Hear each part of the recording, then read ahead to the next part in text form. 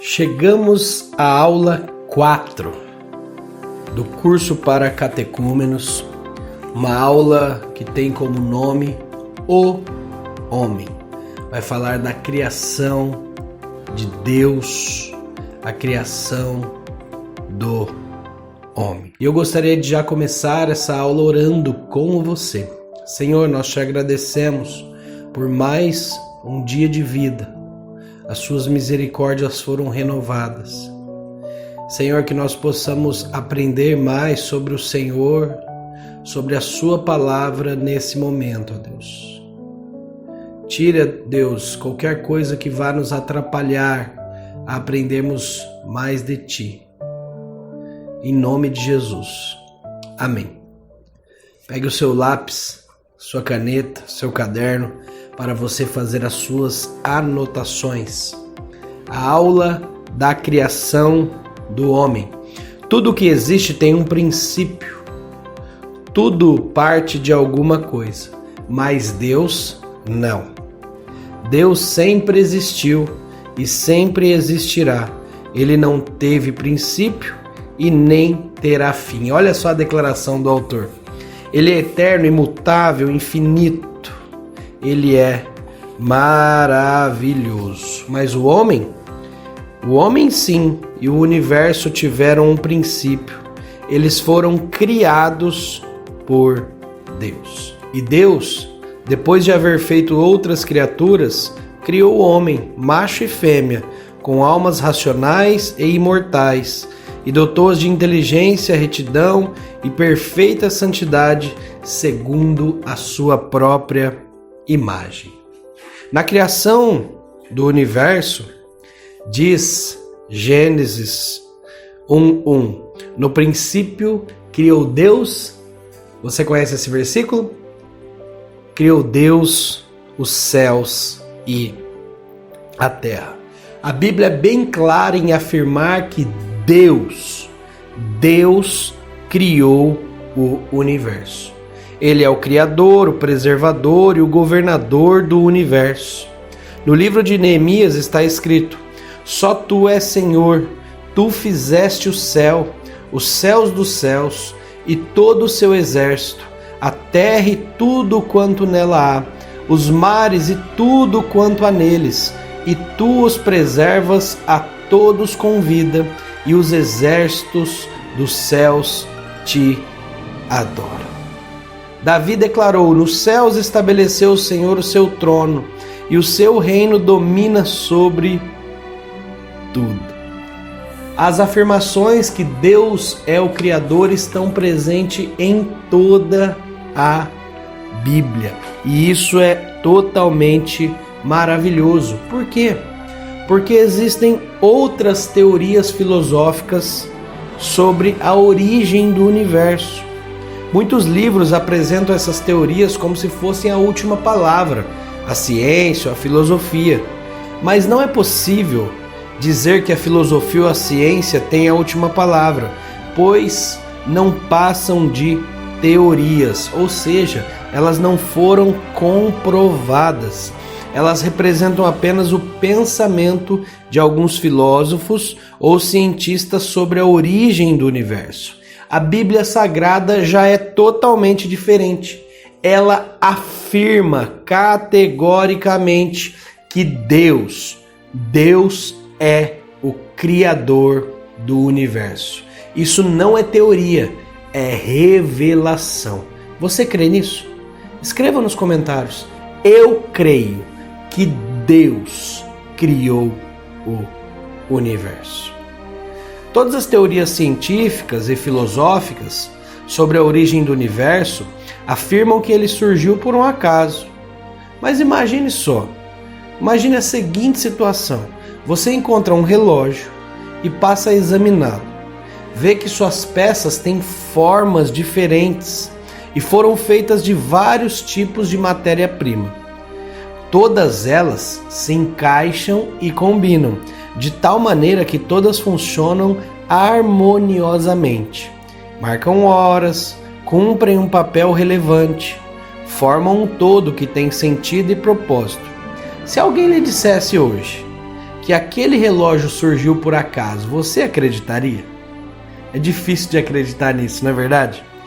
Então, como nós vamos acreditar que o universo, muito mais complexo do que um relógio, surgiu por acaso?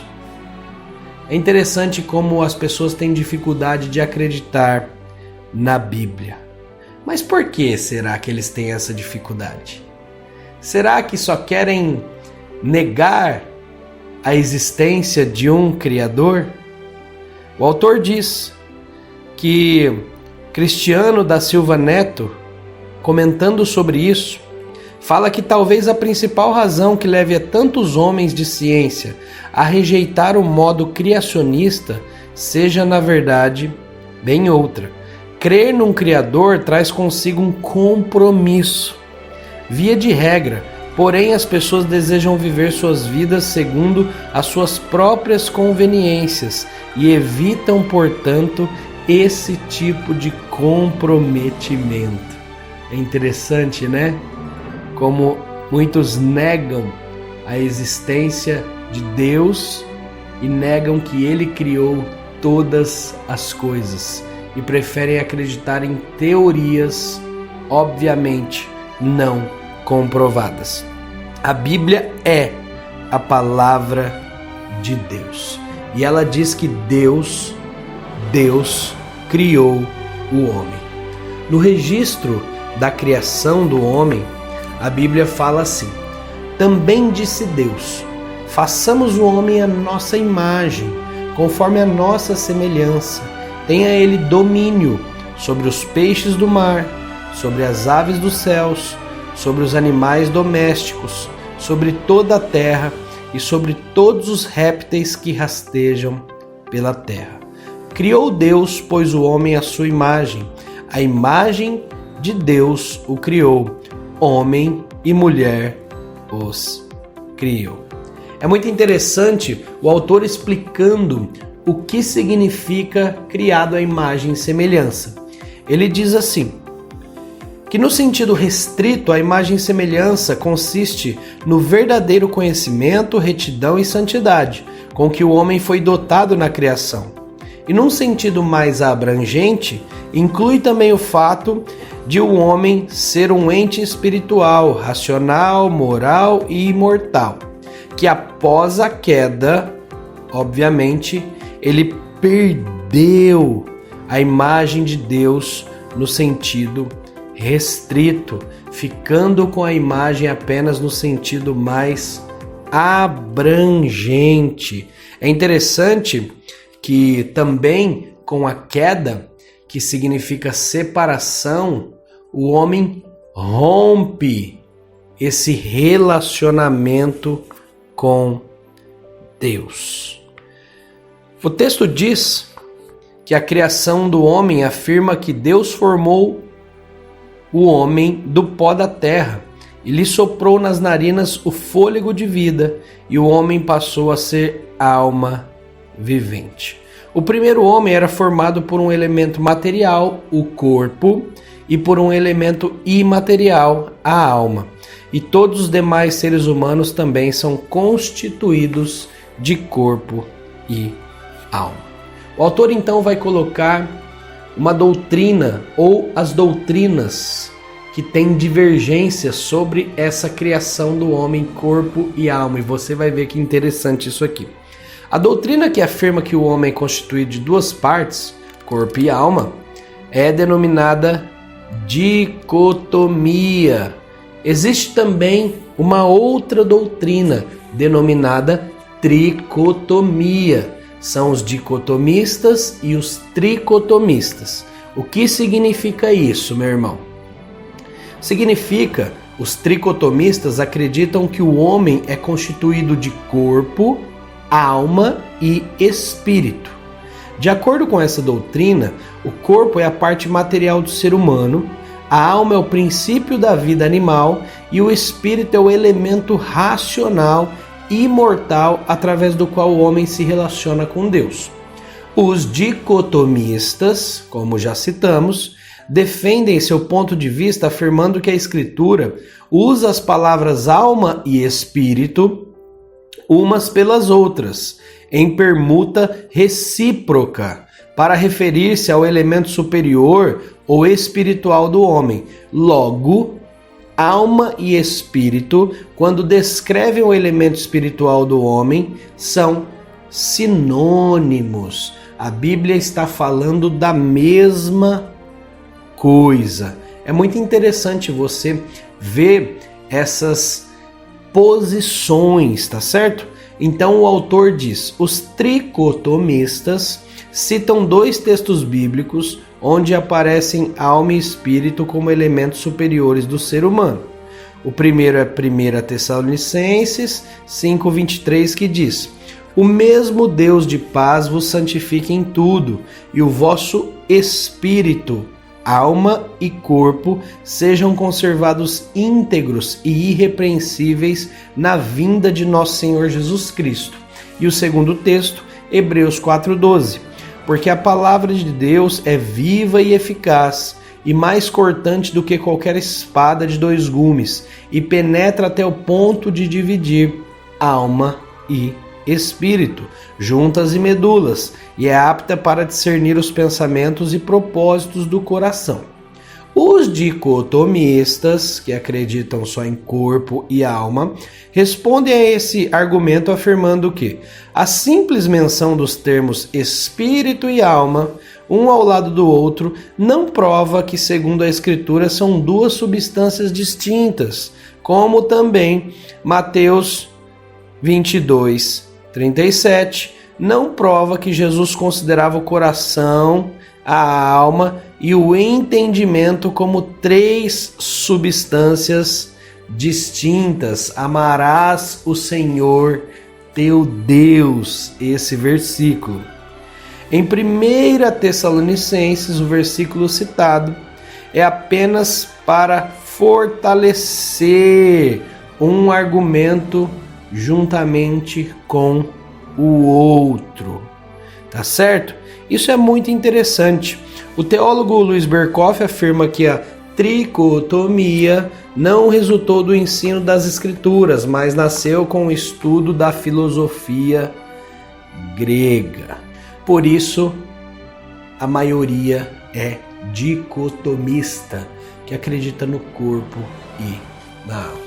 Essas coisas são importantes como informações para você compreender as Sagradas Escrituras, e isso pode trazer algumas discussões e esclarecimentos para você quando conversar com outras pessoas.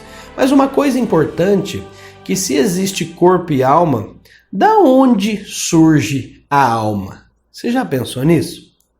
Aqui também surgem algumas teorias importantes para nós conhecermos nesse dia. A teoria pré-existencialismo, a teoria criacionista e a teoria do traducianismo. A teoria pré-existencialista afirma que a alma de cada pessoa já existia antes que seu corpo fosse formado, tá certo? Ela é rejeitada por quase todos os evangélicos, tá? Só para deixar claro para você.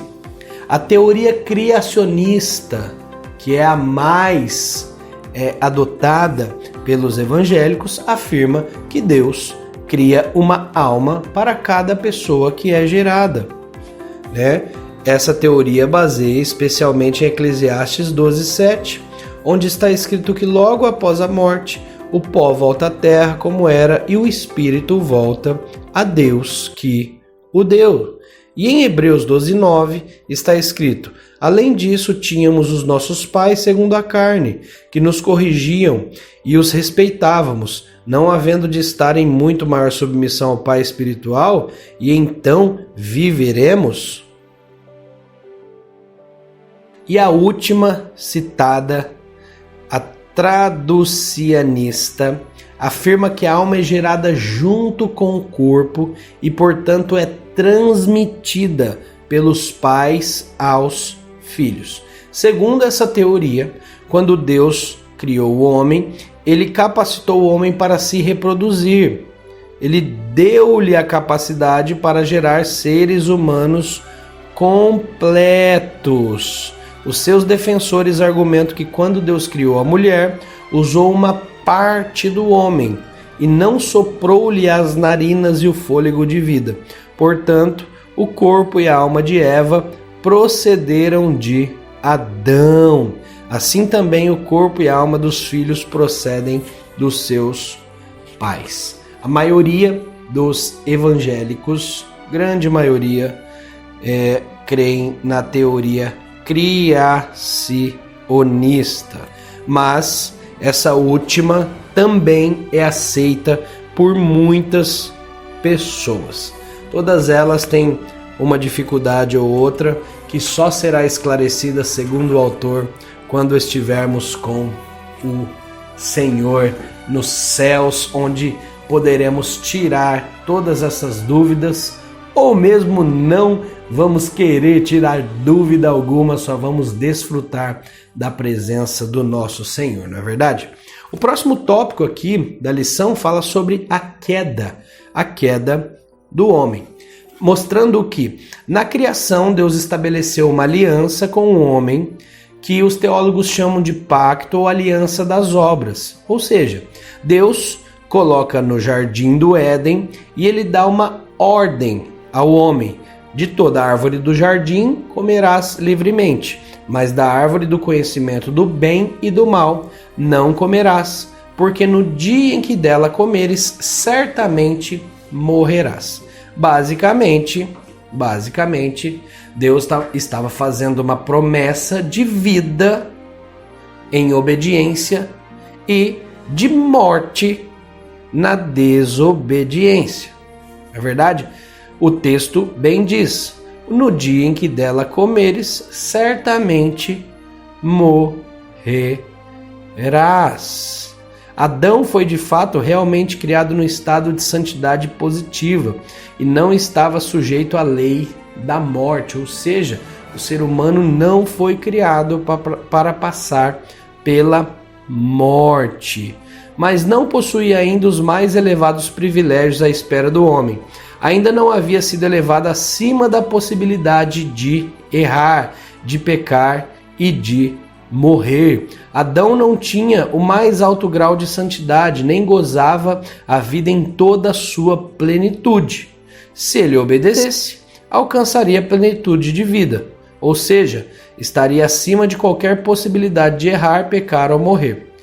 A promessa tinha uma condição: perfeita obediência. Ele errou, então teve a penalidade, a morte. Ele pecou, ele desobedeceu ao Senhor. O homem então não passou no teste, ele caiu. O homem preferiu comer da árvore proibida, desobedecendo ao Criador. Assim rejeitava a vontade de Deus e fazia sua própria vontade, abandonava o Criador e tomava o seu próprio caminho. A sentença de morte, então, foi dada, e morte na Bíblia significa basicamente separação.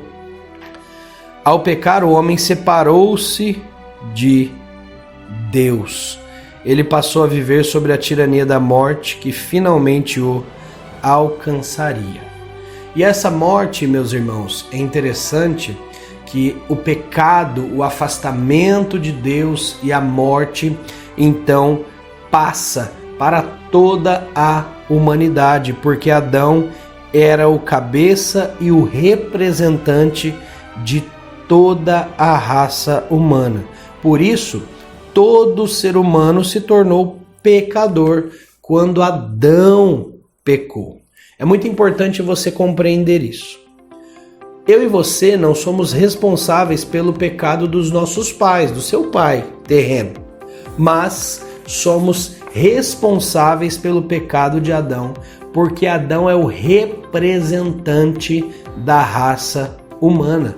Como o apóstolo Paulo diz: por uma só ofensa veio o juízo sobre todos os homens para a condenação. Além de herdarmos a culpa do pecado de Adão, herdamos também a corrupção moral. Por isso temos inerente disposição para o pecado, ou seja, eu e você somos inclinados a pecar.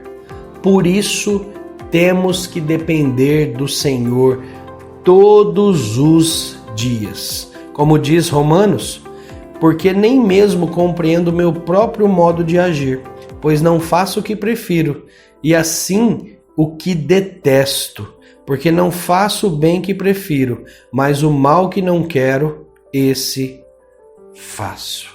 Nós somos inclinados para o mal, por isso temos que depender do Senhor em todo momento. Dependemos da graça, do perdão e da misericórdia dele.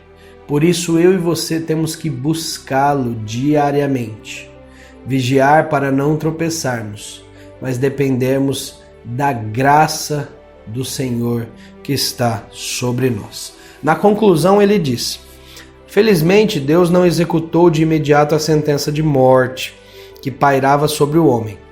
Ao invés de eliminar o homem, Deus lhe fez uma promessa de restauração. Olha a graça de Deus já depois da queda. Muitas pessoas têm dúvida disso.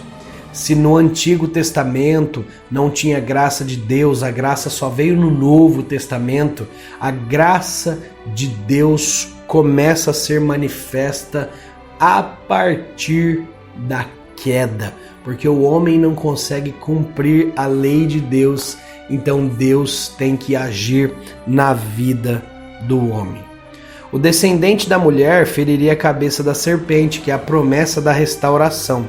É a promessa bendita de que o inimigo seria vencido e o homem restaurado então à comunhão com o Criador. O primeiro livro da Bíblia mostra o homem sendo expulso do paraíso, da presença de Deus.